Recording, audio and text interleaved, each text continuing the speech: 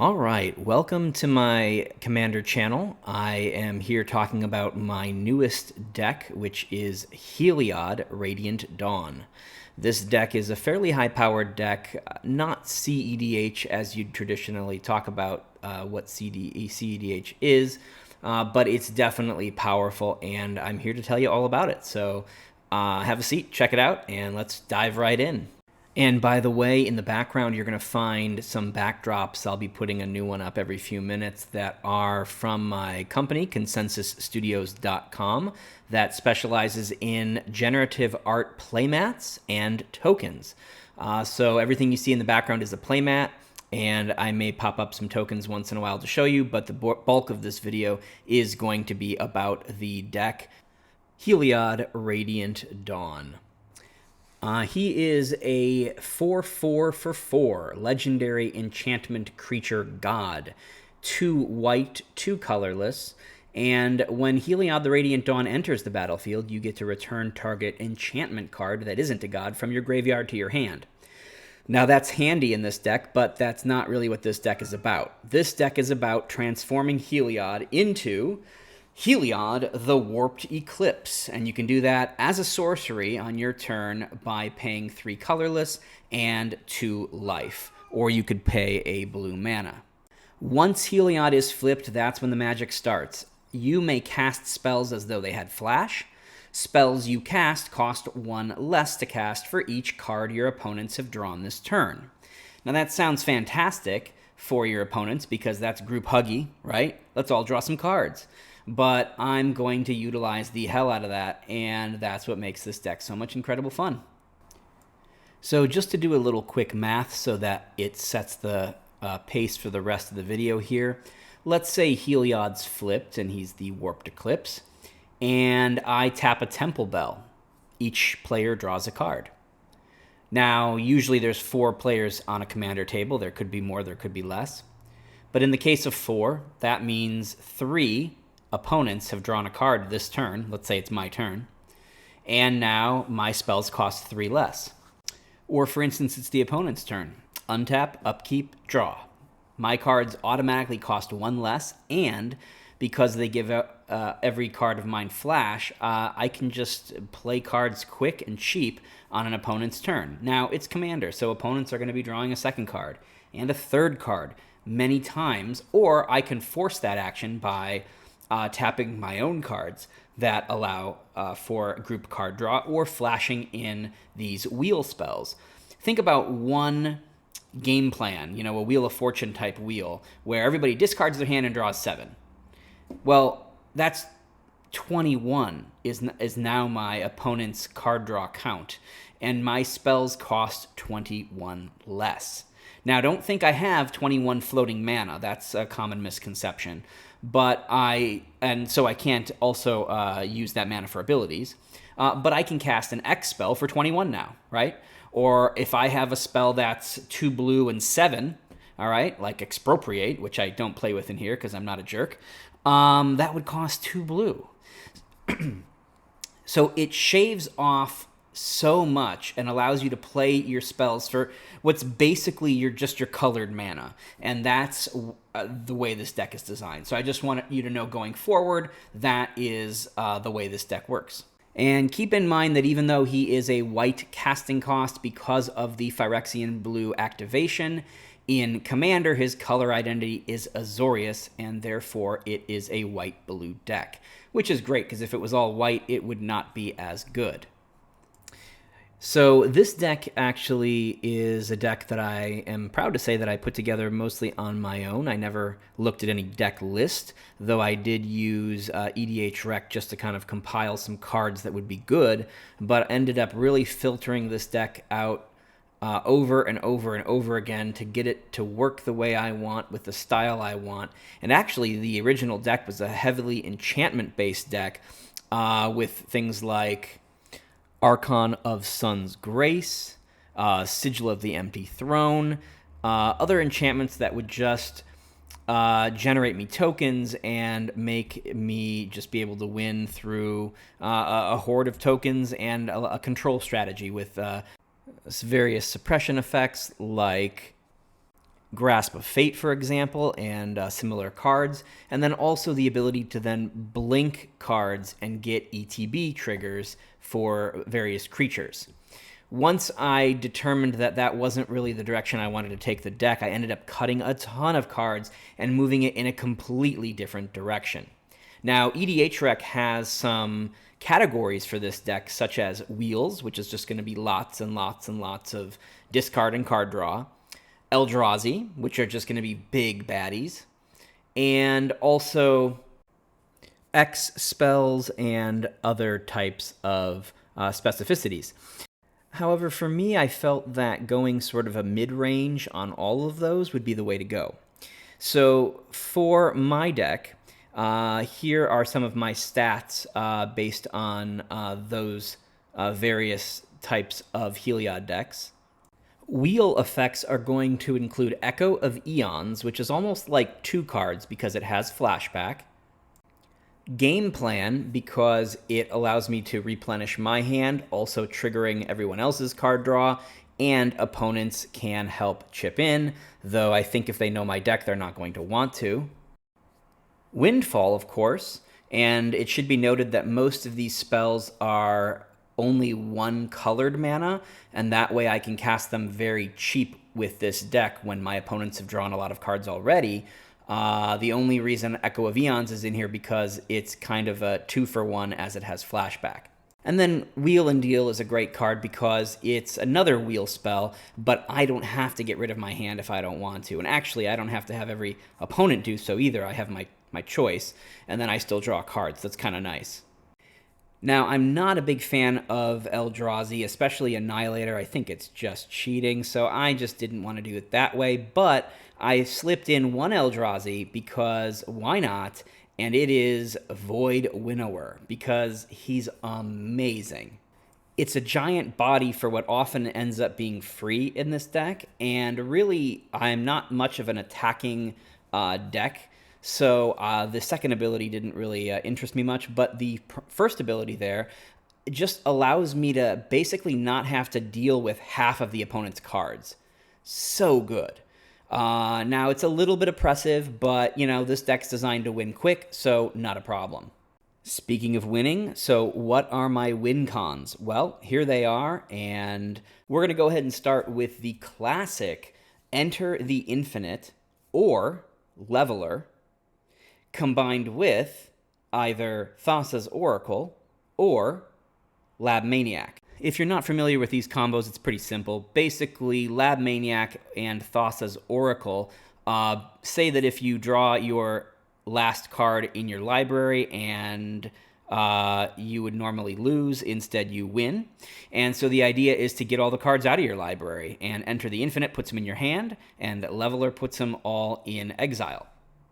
People know this combo, so you probably won't catch people off guard unless you can play everything real quick at instant speed, but if you know your commander, you know that you can do that. You can very easily drop a Leveler at the end of an opponent's turn, throw Lab Maniac down as they're ending their turn, and then your turn is untap, upkeep, win. So that's one of the main win conditions. Another one of my favorite win conditions is Approach of the Second Sun. This is a card where when you cast it, it does pretty much nothing but gain you 7 life, but you have to put it 7 cards under the top of your library, 7 cards deep. So what ends up happening is if you play that spell again in the same turn, you win. Now that sounds pretty difficult, but with a deck with a bunch of wheels in it, it's not difficult at all. So they jack the CMC up to 7 for that card to make it a bit harder to play. But of course, with Heliod, everything is cheap. For those of you who appreciate the number 13, I have Trisa Deile. This is another card that says you win on it, but the conditions are that when you start your upkeep, you need to have 13 cards in your hand for you to win. However, with Heliod and some of the supporting cards, such as card draws like Temple Bell and Otherworld Atlas, the One Ring, and things that allow me to discard cards like playing spells at instant speed and Mind Over Matter, I'm able to push and pull my hand to exactly the right amount of cards, pretty much at instant speed anytime, and so that allows me to win with Trisa Deile pretty reliably. My last win condition is going to be Felar Sovere. Now, this card, I think, gets a lot of eye rolls from people because it basically just says you win on it, like several other cards do. And again, I normally don't play with these types of cards, but I thought, hey, let's throw it in here. My deck usually kind of goes off in 1 or 2 turns, so until that time, I usually don't do much. I usually play a land, maybe an artifact, and I say pass. So it's entirely possible that I'm so cute and innocent and not doing anything to where I just don't take any damage until I can play Felar Sovere. And I could flash him out for the win completely unexpectedly. Also, it's a 4/6 lifelink vigilance, so it's a decent body for a blocker. This is a card I could take out, but I just like it so dang much, I just want to leave it in. And so right now, that is one of my win conditions. Oh, I almost forgot an obvious win condition, which I don't really think of as a win condition, but it definitely can do work as such. And I just won the other day with it, actually, and that is Psychosis Crawler. So while you guys are drawing all these cards, usually I'm drawing a lot of cards as well. Sometimes just you, sometimes just me, usually all of us. And having a Psychosis Crawler on the board in the background while wheels are going off is just damage, damage, damage. I do have some cards that can copy Psychosis Crawler as well, so that can even just speed things up. And as a result, that is a perfect win condition, as well as just a way to kind of keep things in check, and also sort of a magnet for removal, so that you're not removing my other creatures and artifacts because you're concentrated on Psychosis Crawler, which doesn't even intend to win, but can certainly win if left unchecked. Now, in order to get Heliod to use its magical ability, we need everybody drawing cards. So how do we do that? So I already mentioned Temple Bell, and I might have touched briefly on Otherworld Atlas, which is a really great card. And of course, my wheels, which I mentioned. And there are other ways as well. Oblation, for example, allows me to tuck a permanent into someone's library, and then that player draws 2 cards. Kind of like a Chaos Warp, except you don't have that anticipation of what's that permanent going to be that's going to wreck me. I've seen crazy permanents come up off a Warp, and it's nuts. But this actually allows the opponent to draw 2 cards, and then it saves you 2 mana on all your next spells this turn. Or you can, if you're desperate for card draw, you can tuck your own permanent underneath, and you can draw some cards. So it's a really nice card that I like because it's a removal that gets around indestructible and things like that. It's versatile and oftentimes only going to cost you 1 mana, maybe 2. Another couple of my favorite cards for this deck, both are allowing the opponents to draw cards. Font of Mythos allows the opponents to draw cards on their turn during their draw steps. And Struggle for Project Purity, choosing the Brotherhood mode, allows you and your opponents to both draw cards on your turn. Both are hugely advantageous in this deck, and I would not consider playing without them if I were you. Oh, and I almost forgot about a really great card, Folio of Fancies. For what's often going to be 1 mana, you can throw this thing down, have no maximum hand size, and for double X, each player draws X cards. That can be a huge enabler to playing larger cards because, yeah, you're tapping a lot of mana to activate it, but then all that mana is saved on the first or second spell you cast this turn, and then you're going to be casting probably a bunch of spells, and you're just saving and saving and saving on all of that. All right, so now we're going to talk about some counter magic and other just general trickery that I have in this deck.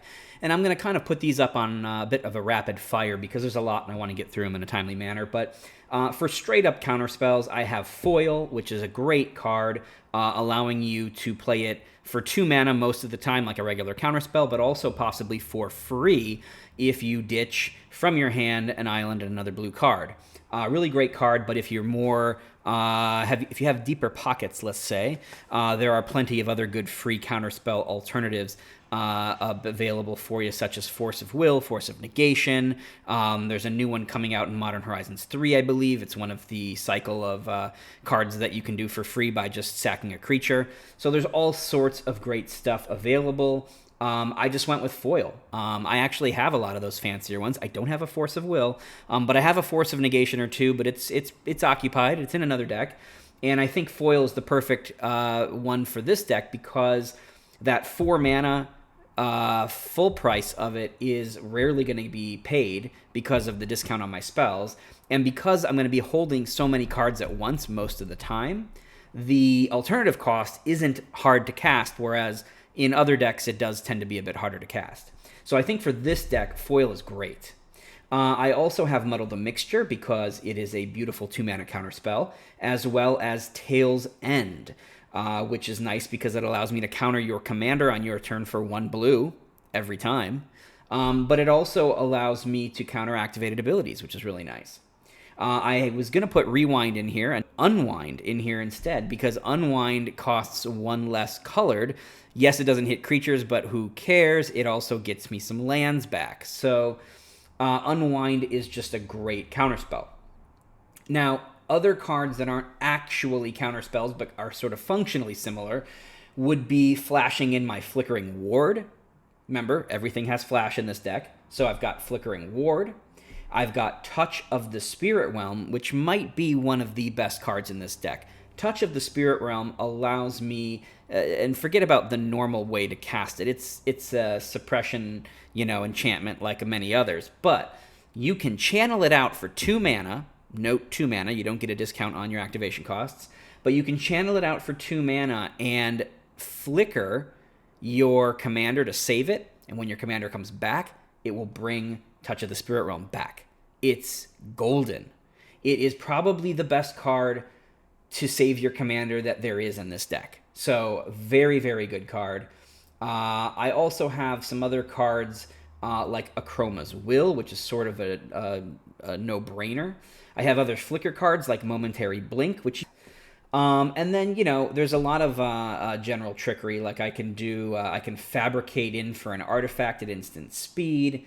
I can play cards like Hullbreaker Horror, which is just... the word horror is so appropriate. That card is bananas. That card probably should be banned in most formats. At least in non-Commander formats, it's a hard card to get out. But in Commander, you can get that card out pretty reliably, and in this deck especially, it's coming out often, because it's often going to be 2 mana. And when you're bringing this card out and you're playing anything at instant speed, everything's countered, everything's bounced, I can do whatever the heck I want. It's like God mode. It's just crazy. Hullbreaker Horror is definitely a kill on sight card, but in this deck, good luck. And so I almost didn't want to put it in here because it was like too nuts. And then I was like, no, that's what this deck's about. This deck's about being nuts. Let's go nuts. So I do have it in here. Cataclysmic Gearhulk is a really fun card. I wanted a board wipe. I was going to put Supreme Verdict in here, but then I thought, well, no. Let's do something that doesn't destroy cards, that makes them sacrifice cards. Also, I can tutor for it because it's an artifact and it's a creature. So it allows me to do tutoring effects. Speaking of tutoring effects, besides Fabricate, I do have long-term plans in the deck, which normally is a mid to long-term plan, but in this deck is more of like an instantaneous plan because you're always drawing so many cards that taking a card, putting it 3 under, that's still pretty much casting it this turn. For the most part. And I like the fact that with long-term plans, because it's any card, you don't have to show anybody the card.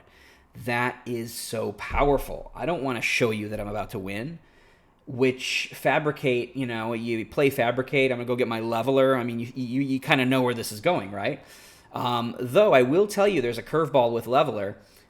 Besides dropping that Thassa's Oracle or Lab Maniac, I could play Leveler and then play one of my favorite cards, Fractured Identity. This card exiles target card and gives each of the opponents a copy of it. So I can play Leveler, play Fractured Identity, and then just say, I'm done. And then you know what happens after that? Untap, upkeep, you're dead, untap, upkeep, you're dead, untap, upkeep, you're dead, I win. Oh, God. I've won with that one time already, and God, is that a good feeling. I can't begin to tell you how amazing that is. So that's a really fun card. And Fractured Identity is a decently useful card all in all. The way it's phrased, you can say an opponent has a card that you would find very useful. You can play it and get a copy of that. Now you're going to give a copy of that to one of your opponents as well. But it's a great card to include in this deck, though it could get cut if you're really getting down to the last couple of cards here. It could go, but I'm going to keep it. Speaking of really fun, really cool cards, I have a Protean Thaumaturge, which is pretty nice because it gives me, again, like Fractured Identity, it gives me a copy of one of your creatures, and it stays that copy until I play another enchantment. Great, great card. Duplicant, Meteor Golem. When my opponents have drawn 6 cards, or 7 respectively, I can start casting Duplicant and Meteor Golem for free. Now, I can cast them for free at instant speed if the opponents have drawn that many cards.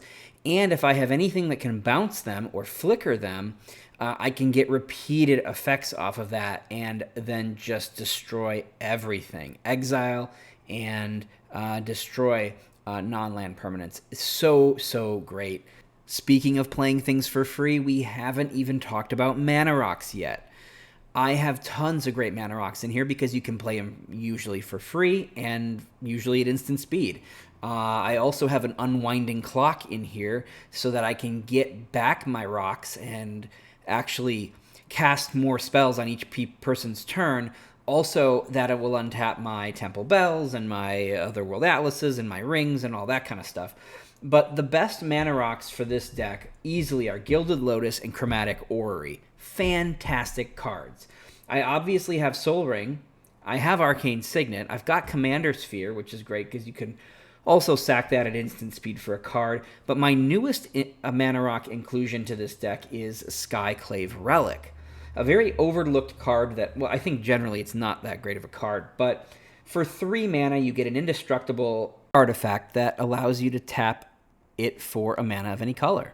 Now, those are a dime a dozen. You see a lot of those, and most of them have good special abilities tacked onto it, like Chromatic Lantern makes all your lands able to tap for anything. Commander Sphere allows you to just sack it and draw a card. This one's special ability is perfect for this deck. It has an optional 3 mana kicker that if you pay it, you get 2 copies of the artifact in play. Unfortunately, they come in tapped. And that way, you for 6 mana, you get 3 artifacts that tap for 1. Now, not the best card in most decks, but again, you're going to be playing this for 6 most of the time, I think. And so why get 1 mana for 6 when you can get 3? Now, no deck is complete without a flying wall. Am I right? I mean, an 0/5 Defender flying for 3 mana, you gotta play with that card. No, the reason that I have Drift of Phantasms in this deck isn't because it's an 0/5 wall. I'll probably never play that. It's because it has Transmute. And Transmute allows me to go get another 3 mana card. So if I need a Mana Rock, I can get Skyclave Relic. I can get Commander Sphere. If I need my win con for Leveler or for Enter the Infinite, of course, with Enter the Infinite, I'd probably have it in my hand, but I can go dig and get Lab Maniac. Transmute is such a great ability, and besides this 3 mana Transmute, I also have a 6 mana Transmute that's even a worse card, but still allows me to go get cards like Felidar Sovereign, Mind Over Matter, which, I mean, Mind Over Matter is hugely important in this deck. And Felidar Sovereign, really, it's like, if I know I can win with it, why not just grab it and win quick, and we're done with the game. So being able to go get those is really handy, and there's a couple other 6 mana cards I can get as well, like Echo of Eons if I need a wheel, etc. And then I also have a Transmute card that's a land. I have Talaria West. Now, if I get Talaria West in my opening hand and I don't have a lot of mana, I'll probably just play it turn 1 tapped and be on with my day. But if I get it in the mid to late game, it's great to get rid of that, because I can go get any land, so I can get Azorius Chancery to bounce for a bounce land. I can get a Reliquary Tower so that I don't have to discard. Arcane Lighthouse so that I can interact with my opponent's hexproof creatures. Or I can also go get anything that is X in the casting cost, or I should say is only X in the casting cost, like Stonecoil Serpent, which if I've already wheeled 2 or 3 times, or I've tapped my Otherworld Atlas a couple of times this turn, then I can probably drop a 40-point, Stonecoil Serpent pretty effortlessly. So having Transmute is great to be able to dig. Some other cards that I didn't mention yet, but I do have in my deck that I think work well, but are also sort of toolbox, general utility cards, which means they could be swapped out for something that's more in your meta, or just that you're more interested in, or that you have, if you don't have some of these cards. But I'll just name a few of the miscellaneous cards that I have in here that I really enjoy. One of the best ones is Spellskite. That card just dominated Standard during the time it was out, and to be able to flash it in and then for 2 life change the target to Spellskite just allows so many ways to avoid death for my creatures, namely my commander, but really for any creature that I have, and just gives such a versatility. Stonehorn Dignitary, I can prevent somebody from attacking by flashing that in for what's usually a white. Sunblast Angel for 2 white, I can flash that in and just blast the board of any tapped creatures. I have Drafna, founder of Lat-Nam, which I may have briefly mentioned, but it's worth noting that he does allow for 3 mana and tapping him to copy an artifact spell. But also for 2 mana, he can return an artifact to my hand, which allows me to go infinite with Gilded Lotus or Chromatic Orrery if my opponents have drawn 5 or more or 7 or more cards respectively. That's definitely worth noting, and taking him out would be devastating to the deck. I also have Aboleth Spawn, which in contrast really doesn't have anything to do with the deck. I just think it's a nice card. You could easily slot in whatever there, but I like it. In addition, I have cards like Domineering Will so that I can steal some creatures. That's another card that it's like, I could kind of put whatever in there if I really wanted. But probably one of the best inclusions in this deck that I probably should have mentioned at the beginning, so I'll save it for the end to give people a reason to get to the end here. And that is Smothering Tithe. Now, we all know that's an amazing card, but it's even better when you're wheeling. So if the only thing better than my spells costing 21 less because I cast a Windfall or an Echo of Eons is my spells costing 21 less and I got 21 treasure tokens laying around. With Smothering Tithe, this deck goes crazy. I also have Ghostly Prison. I also have 3 Steps Ahead, which I should have mentioned in my countering section and forgot. I also have Horn of Greed in the deck so that when my opponents are on their turn, my spells, instead of costing 1 less pretty reliably, they're more reliably going to be costing 2 less. Plus, it gets me cards when I play. It just kind of speeds up the game. I briefly mentioned it, the One Ring, but it's worth circling back to. Now, this isn't group card draw. This is me card draw. But, I need cards too. But what this also is pro everything till my next turn. And then keep in mind, if you can bounce that back to your hand somehow, again, like Hullbreaker Horror, but there are other ways, you can recast it, usually for free. And if you can do that continually, you continually get protection from everything. It's such a great card. Definitely like that card, and just want to make sure people realize that even though it's not group card draw, it's still a hugely important card in this deck.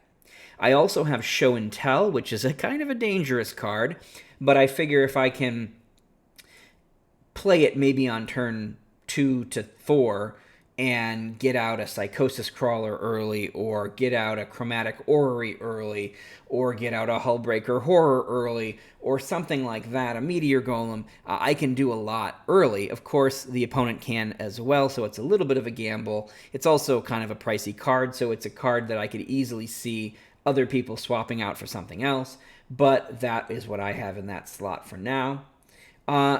Pretty much hit most of the cards I wanted to hit with this deck. If you have any questions about the deck, feel free to drop a comment down.